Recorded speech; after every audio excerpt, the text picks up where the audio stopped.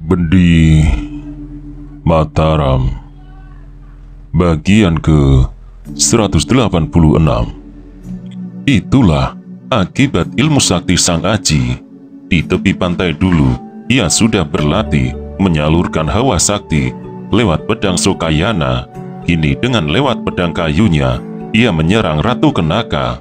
Tak ampun lagi, Ratu Kenaka kena diserang suatu tenaga sakti yang tiada nampak. Tahu-tahu tubuhnya menjadi kejang. Kakinya tertanam di dalam tanah, tak ubahnya sebuah arca. Wah, belum lagi menjenguk neraka, tubuhnya sudah kaku. Hai anak muda, lain kali kau ajari aku. Ilmu siluman begini tanggung biniku, tak bisa mengumbar mulut lagi, seru Begok. Diam-diam Panjang Mas dan alang-alang Cakra Sasmita terkejut. Seperti berjanji, mereka memijat-mijat tubuh Ratu Kenaka, hendak melancarkan aliran darahnya. Namun betapa mereka berusaha, tetapi Ratu Kenaka tak dapat dipuluhkan seperti sedia kala. Dengan peristiwa itu, teranglah sudah bahwa mereka sudah kalah dalam satu babak. Mulai, tiba-tiba alang-alang Cakra Sasmita menggerung. Pedangnya berkelebat, membabat kepala Sang Aji. Panjang Mas tak mau ketinggalan pula. Cepat ia membarengi menusuk dada. Setelah itu kakek Begok dan si Anyer menyapu kaki dan pinggang. Luar biasa cepat dan berbahaya serangan berbareng itu.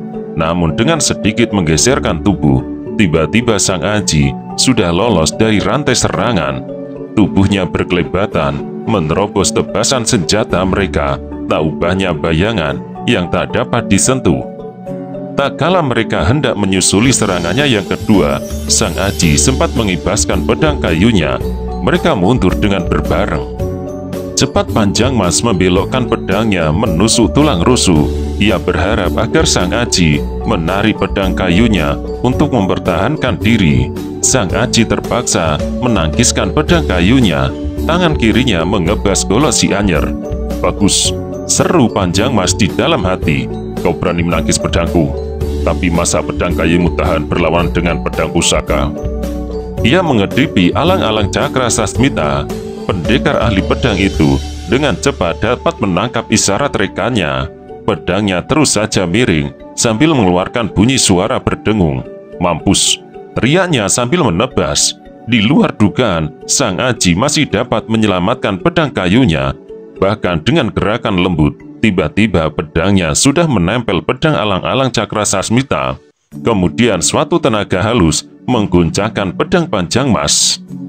Pedang Panjang Mas terdorong ke samping, menangkis golok Begok. Hayah, kenapa kau menangkis seranganku? Teriak kakek angin-anginan itu. Muka Panjang Mas berubah. Meskipun benar tuduhan kakek Begok, namun tak sudi mengakui. Bentaknya, kaulah yang kurang waspada. Panjang Mas dan alang-alang Cakra Sasmita meskipun anak didik perguruan lain, namun intisari ilmu pedangnya boleh juga dikatakan sama. Setiap kali Panjang Mas melontarkan serangan, secara wajar serangan alang-alang Cakra Sasmita membantu dari sudut lain, sehingga dengan tak sengaja merupakan ilmu pedang gabungan yang serasi dan rapat. Sedangkan ilmu golok kakek si Anyer dan Begok sudah diketahui berasal dari satu sumber dengan ilmu pedang mereka.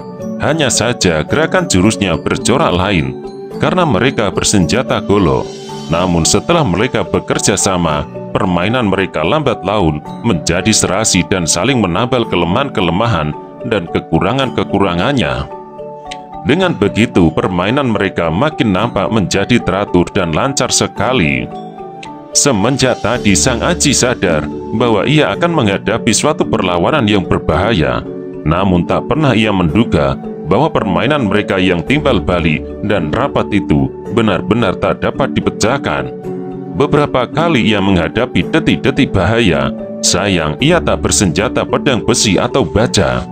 Karena itu tak berani ia menangkis suatu gempuran langsung. Sekali pedang kayunya patah, ia akan bertambah sulit. Sekonyong-konyong ia melihat berkelebatlah golok si Anyer yang membabat dari bawah. Cepat ia melejit. Di luar dugaan, pedang alang-alang Cakra Sasmita memegat gerakannya. Pada saat itu juga, terdengarlah suara Panjang Mas berteriak pasti, "Mampus!" Dan pedangnya bersuing membabat lehernya. Tanpa berpikir panjang lagi, Sang Aji menggerakkan jari-jarinya. Ia menempel pedang alang-alang Cakra Sasmita sambil memunahkan Golok Anyar. Kemudian tenaga saktinya membendung pedang Panjang Mas. Tetapi Golok Begok tiba-tiba merangsang hebat. Belum lagi ia mengerahkan tenaga untuk menyapunya. Mereka bertiga yang kena tangkis sudah dapat membebaskan diri. Kemudian dengan serentak mencecar suatu serangan berantai yang dahsyat luar biasa. Tak mengherankan bahwa Sang Aji benar-benar repot. Dalam 1000 kerepotannya, mendadak teringatlah dia kepada Ratu Kenaka. Terus saja ia melesat bersembunyi di belakang tubuh Ratu Kenaka. Pada saat itu Panjang Mas melontarkan suatu serangan berbahaya. Cepat Sang Aji berputar di belakang punggung Ratu Kenaka. Kalau Panjang Mas tidak menarik pedangnya, pasti tubuh Ratu Kenaka akan terbelah menjadi dua. Dalam kagetnya, Ratu Kenaka sampai menjerit, "Hai!" Apabila alang-alang Cakra Sasmita mencegat dari arah yang bertentangan, kembali lagi Sang Aji berlindung di balik punggung Ratu Kenaka. Demikianlah terjadi beberapa kali. Sekali ia pernah mencoba meraba mereka dengan pedang kayunya, tapi hasilnya nol besar. Bahkan pahanya kena tusuk Golok Anyar. Maka cepat-cepat ia berlindung di belakang punggung Ratu Kenaka sambil mengamat-ngamati corak permainan mereka yang bagus luar biasa. Namun, tetap saja ia belum memperoleh titik tolak serangan mereka, sehingga terpaksalah ia bermain kucing-kucingan. Pikirnya di dalam hati, benar-benar mataku bijak sekali. Terlalu rendah aku menilai kesatria-kesatria Jawa Barat. Kini aku benar-benar menumbuk batu. Apakah yang harus kulakukan untuk melawan mereka? Sang Aji benar-benar dalam keadaan bingung. Ia mengira bahwa setelah mengantongi ilmu sakti keris Kyai Tunggul Mani akan dapat melawan semua ilmu sakti di persada bumi ini. Ia lupa bahwa dirinya belum memiliki ilmu sakti yang berada pada guratan pusaka Bendi Mataram yang masih merupakan teka-teki besar baginya.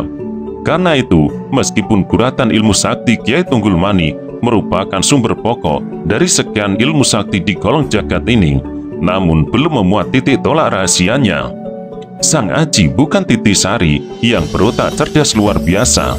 Meskipun tidak boleh digolongkan manusia berotak bebal, namun reaksi atau daya tanggapnya tidaklah secepat Titisari. Maka, untuk sekian lamanya, tetap saja ia belum menemukan titik rahasia permainan gabungan mereka. Waktu itu, darahnya terus menetesi bumi tiada hentinya. Meskipun luka yang dideritanya tidak parah, namun nampaknya ia menganggung suatu kerunyaman. Dalam pada itu, terdengarlah suara tertawa penonton bergegeran. Mereka bukan mentertawakan keadaan Sang Aji, tetapi Ratu Kenaka yang tetap berdiri tegak bagaikan sebuah patung belaka. Karena itu dipergunakan sebagai perisai oleh Sang Aji, maka setiap kali suatu serangan tiba-tiba, hatinya seperti tercabut dari dadanya. Oleh rasa kagetnya, ia memeki-meki, "Hai, hayalah." Terang sekali ia mau mengelak atau menghindar, namun tubuhnya tak dapat digerakkan, sehingga ia hanya dapat mempergunakan suara mulutnya belaka. Inilah yang menggelikan penonton kedua belah pihak. Panjang Mas rupanya tidak begitu senang dengan Ratu Kenaka, apalagi ia kini merasa dirintanginya. Setiap kali serangannya nyaris mengenai tubuh Sang Aji selalu gagal karena Sang Aji berlindung di belakangnya. Seketika itu juga timbullah rasa gemasnya hendak membelah tubuh Ratu Kenaka saja. Namun mengingat bahwa Ratu Kenaka adalah seorang pendekar besar pula, terpaksalah ia membatalkan maksudnya. Kakek Begok rupanya tahu membaca keadaan hati Panjang Mas. Jangan dikira ia seorang pendekar yang tolol benar-benar. Terus saja ia berteriak, "Panjang Mas, kau tak sampai hati membunuh pendekar beracun ini? Baik, kalau tak sampai hati, tapi aku tidak. Lihat, siapa bilang aku tak sampai hati?" Tungkas Panjang Mas dengan sengit. Mereka berdua membabat tubuh Ratu Kenaka dengan berbareng. Sang Aji terkejut. Dalam detik-detik itu terlintaslah suatu pertimbangan dalam benaknya. Pikirnya dia mati karena aku menggunakan sebagai perisai. Kalau sampai mati, pastilah akan timbul suatu persoalan baru lagi. Inilah yang tidak kuinginkan. Dengan tangan kirinya ia mengibas suatu tenaga dahsyat luar biasa, membendung golok kakek Begok sampai terguncang miring, sedangkan pedang Panjang Mas hampir-hampir terpatah dari genggamannya. Tetapi pada saat itu, mendadak terdengar suatu kesiur angin. Itulah sambaran golok si Anyer yang turun menebas pundak. Cepat sang Aji mengelak. Di luar dugaan, golok si Anyer menyelonong terus mengancam tubuh Ratu Kenaka. Betapa dahsyat tebasan itu. Tetapi apabila si Anyer mau, pasti dapat ditahannya. Sebaliknya si Anyer tidak bermaksud demikian. Ia hanya berteriak nyaring, "Hai Ratu Kenaka, awas!" Terang sekali si Anyer bisa berbuat licik. Setiap orang tahu bahwa Ratu Kenaka tak dapat berkutik, namun ia berpura-pura tak dapat menguasai goloknya. Di luar dugaan, begitu golok si Anyer hampir tiba pada sasarannya, suatu tenaga besar membentur goloknya. Si Anyer mundur 2 langkah dengan terhuyung-huyung. Melihat sang Aji menyelamatkan jiwanya 2 kali berturut-turut, gugurlah rasa permusuhan Ratu Kenaka. Malahan dengan diam-diam, Ratu Kenaka mengucapkan rasa terima kasih tak terhingga. Tetapi waktu itu, serangan mereka berempat justru beralih kepadanya. Mau tak mau hatinya menjadi kejut. Menyaksikan perbuatan mereka, anak murid Gunung Mandalagiri serta pendekar-pendekar pihak penyerbu lainnya menggeleng-gelengkan kepalanya.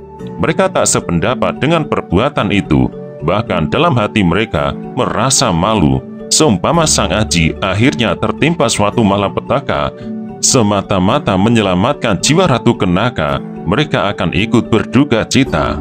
Serangan si Anyer dan Begok tak pernah surut, juga Panjang Mas dan Alang-Alang Cakra Sasmita. Mereka mencecar sang Aji terus-menerus dan berkali-kali menyerang Ratu Kenaka yang tak dapat berkutik. Mereka sadar bahwa untuk menyerang sang Aji tidaklah mudah. Satu-satunya pancingan ialah apabila mereka tiba-tiba menyerang Ratu Kenaka. Dengan serangan itu, sang Aji terpaksa bergerak untuk menolong. Kesempatan itu dipergunakan sebaik-baiknya oleh Panjang Mas dan Alang-Alang Cakra Sasmita untuk melontarkan suatu serangan dari belakang punggung. Setelah berlangsung beberapa kali, lambat laun serangan mereka beralih kepada Ratu Kenaka. Tipu muslihat demikian benar-benar merisaukan hati sang Aji, sebab ia tidak hanya memikirkan dirinya sendiri saja, tetapi pun keselamatan nyawa Ratu Kenaka. Mereka pandai berpikir juga, kalau aku sampai lengah, bukankah nyawa Ratu Kenaka akan musnah? Apa perlu mengorbankan dia? Pikir sang Aji. Memperoleh pikiran demikian, ia segera melontarkan suatu pukulan dahsyat. Mereka kena dimundurkan dengan berbareng, dan pada saat itu pula ia membebaskan tubuh Ratu Kenaka. Kakek si Anyer rupanya berperasaan. Begitu ia tegak kembali, terus saja menyerang sang Aji. Tetapi serangannya kena dipunahkan dengan gampang. Ia terpental ke samping dan tetap berada di depan Ratu Kenaka. Tanpa menyia-nyiakan waktu yang baik, ia mengayunkan tangannya hendak menebas leher Ratu Kenaka. Namun sang Aji benar-benar waspada. Tangan kirinya segera menghadang, sehingga mau tak mau si Anyer terpaksa menarik serangannya. Tak terduga bahwa Ratu Kenaka kini sudah bisa bergerak dengan bebas. Begitu ia menarik goloknya, tinju Ratu Kenaka singgah di hidungnya. Seketika itu juga darahnya menyembur dari lubang hidungnya. Peristiwa itu terjadi dengan tak terduga sama sekali. Para pendekar kedua belah pihak tahu bahwa ilmu si Anyer jauh lebih tinggi daripada Ratu Kenaka. Apa sebab sampai kena kemplang begitu mudah? Soalnya karena kakek itu tak pernah menduga bahwa Ratu Kenaka dapat bergerak seperti sedia kala berkat pertolongan sang Aji. Perubahan yang mendadak itu benar-benar mengibuli penglihatannya. "Hei, kenapa kau?" Kata si Anyer. "Kenapa bagaimana?" bentak Ratu Kenaka. Alang-Alang Cakra Sasmita menengahi. "Ambil senjatamu dan bantulah kami." Enak saja kau main perintah. Aku ini apamu sampai kau berani memerintah?" potong Ratu Kenaka. Tanpa mempedulikan mereka, ia terus hendak memundurkan diri. Di luar dugaan, Begok menghadang di tengah jalan dan terus menyerang. Namun Ratu Kenaka bukan pula seorang pendekar murahan. Meskipun tak bersenjata, masih bisa ia mengelak. Hanya saja ia kalah cepat. Tahu-tahu si Begok menyodok dadanya dan ia terhuyung mundur sambil melontarkan darah segar. Alang-alang Cakrasatmita rupanya panas hati pula karena kena dampratan. Sekali ia mengayunkan tangan kirinya dan tubuh Ratu Kenaka terangkat naik, kemudian dilemparkan jauh, nyaris tiba pada garis gelanggang. Hebatnya lagi, ia masih bisa pula melontarkan serangan berantai terhadap Sang Aji. Ilmu pedang alang-alang Cakrasatmita sesungguhnya merupakan ilmu pedang bernilai tinggi. Sekarang ia bergabung dengan Panjang Mas, hebatnya tak terkatakan lagi. Dalam pada itu, kedua kakek dari Muara Binageng tidak membuka mulut lagi. Mereka nampak bersungguh-sungguh. Serangan-serangan mereka kian teratur dan berbahaya. Ini disebabkan karena tiada lagi halangan. Ratu Kenaka sudah terbuang jauh. Dengan demikian serangan mereka benar-benar mengancam keselamatan Sang Aji. Sang Aji sendiri sebenarnya tidak terlalu khawatir menghadapi mereka.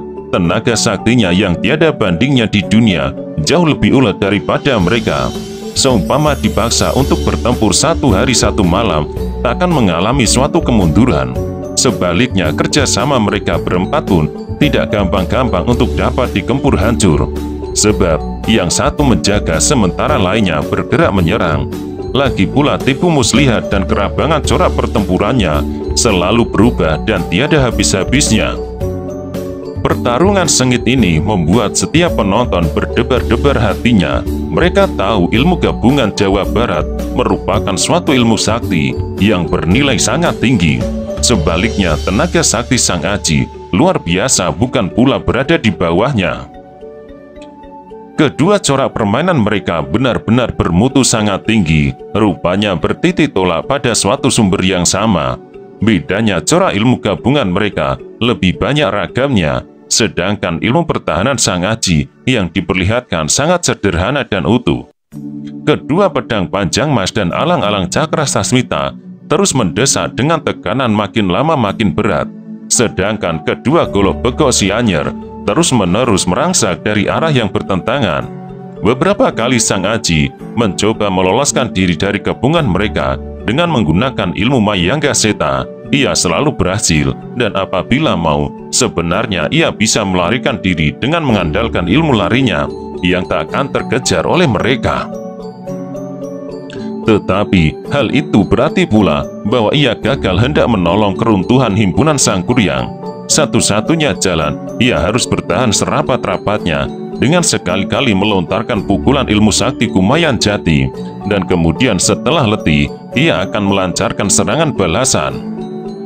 Sama sekali tak diduganya bahwa mereka berempat sesungguhnya merupakan 4 pendekar yang ulet dan tabah. Serangan-serangan mereka tiada nampak kendur, malahan sama sekali tiada nampak tanda-tanda letih atau payah. Maka terpaksalah Sang Aji bertahan sedapat-dapatnya sambil mengamat-ngamati rahasia ilmu mereka. Alang-alang Cakrasatmita dan kawan-kawannya meskipun merasa unggul, namun dalam hati mereka termasuk tokoh-tokoh pimpinan penyerbu. Menurut pantas mereka tak boleh main keroyok terhadap seorang lawan. Untung Sang Aji tadi sudah mengalahkan pendekar Sindung Riwut yang disegani lawan dan kawan. Dengan demikian, mereka tak usah khawatir akan merosot pamornya dalam pencaturan hidup. Lambat laun serangan Sang Aji terasa makin sempit, malahan hampir-hampir tak dapat membuat suatu serangan balasan. Tetapi sebaliknya, mereka berempat tak dapat juga menyentuh tubuhnya. Apabila senjata mereka nyaris meraba kulit Sang Aji, tiba-tiba saja menebas udara kosong, dan tubuh Sang Aji sudah berada di tempat lain dengan suatu gerakan yang sukar dimengerti. Namun, mereka adalah golongan pendekar yang sudah banyak makan garam. Makin sudah menghadapi lawan, makin sadarlah mereka. Seperti berjanji, mereka kian tekun dan tidak gegabah. Mereka sadar apabila keburu nafsu, pastilah akan gagal. Dengan demikian serangan mereka kini berubah menjadi tertib, dan tidak lagi asal menyerang seperti tadi. Maka corak pertempuran mereka kini berubah seperti saling bertahan dan saling mengamat-ngamati. Saat demikian dipergunakan dengan sebaik-baiknya oleh tiap-tiap perguruan untuk memberi keterangan atau pengajaran terhadap murid-murid dari tingkatan rendah. Para pendekar himpunan Sangkuriang yang masih saja belum bisa berkutik tidak pula tinggal diam. Otong Surawijaya yang selamanya bermulut usilan terus saja berseru, "Hei Tatang Sotani, selamanya kau bro tak encer. Coba bagaimana pendapatmu?" "Andangkara lebih hebat daripadaku," sahut Tatang Sotani pendek. "Aku bertanya kepadamu, bukan dia," damprat Otong Surawijaya. "Lihatlah, ilmu pemuda itu sangat aneh, meskipun ia masih bisa mengelak. Namun ilmu gabungan mereka makin lama makin sukar diraba. Apa sebab? Apa sih hebatnya? Bukankah mereka bertitik tolak pada 8 penjuru angin?" Sahut Tatang Sotani. "8 penjuru angin, bagaimana?" Otong Surawijaya mendesak. Tokoh-tokoh himpunan Sangkuriang yang menggeletak tak dapat berkutik itu bukanlah pendekar-pendekar lumrah. Mereka berkepandaian sangat tinggi, meski tubuhnya kini tak dapat berkutik, namun pikirannya masih bekerja seperti biasa. Itulah sebabnya mereka bisa berpikir dengan leluasa.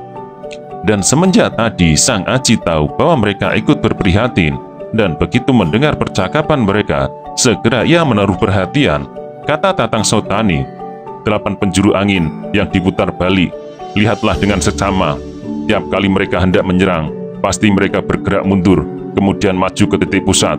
Tiba-tiba masuki penjuru seorang di depannya. Ya, aku tahu. Cuma garis serangan mereka tidak lurus. Apa sebab? Baiklah, kuterangkan agak jelas. Penjuru 1, timur, lantas barat, selatan, dan utara. Terbagi 4 penjuru lagi. Timur laut, tenggara, barat laut, dan barat daya. Jadi 8 penjuru, tetapi mereka tidak melalui garis lurus. Mereka membagi lagi menjadi 8 garis pecahan. Dengan demikian, menjadi 16 pecahan. Kemudian mereka membuat garis lingkaran menjadi 4 bagian. Jumlahnya sekaligus menjadi 64 garis titik tolak. Kalau ini dikalikan secara timbal balik sekaligus, berjumlah 64 kali 64. Masih pula mereka menggunakan garis-garis miring yang berjumlah 64 kali 9. Nah, berapa jumlahnya?" Tatang Sotani tak segera menjawab, sebaliknya Andangkara yang selama itu berdiam diri kemudian menyambungi, "Otong Surawijaya, kau menguasai ilmu Jala Sutra Indrajaya, masa tak mengerti perdamaian mereka? Apa titik tolaknya sama? Kenapa tidak? Betapa ruwet permainan mereka, namun kaki mereka tetap berpijak pada titik tolak serangan mereka. Apabila anak muda itu bisa mendahului, pastilah mereka bakal keribuan, karena sekali kena didahului, membuat permainan timbal balik mereka macet di tengah jalan." "Ya, bagus, bagus," seru Otong Surawijaya gembira, namun tiba-tiba jadi prihatin. Katanya, "Tapi iblis siapa yang bisa bergerak secepat itu?" "Si Mutang pasti mampu," kata Dadang Wiranata. "Ah ya, apakah pemuda itu bisa menyamai kegesitan si Mutang? Itulah soalnya," kata Otong Surawijaya. "Otong," seru si Mutang, "kunyatakan sekarang bahwa dibandingkan dengan pemuda itu, ilmu lariku jauh lebih berada di bawahnya. Bahkan aku pantas menjadi muridnya. Kau percaya tidak?" Mendengar percakapan mereka, Sang Aji tersadar ia sudah mempunyai pengalaman melawan barisan Jala Sutra Indrajaya.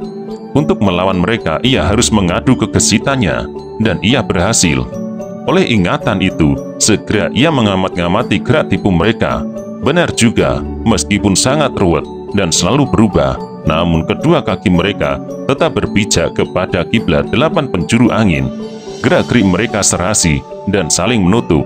Apabila yang satu maju, lainnya menimpali, dan yang dua menjaga kelemahan mereka. Begitu terjadi suatu perubahan, dengan cepat mereka menggeser dan kembali saling menimpali.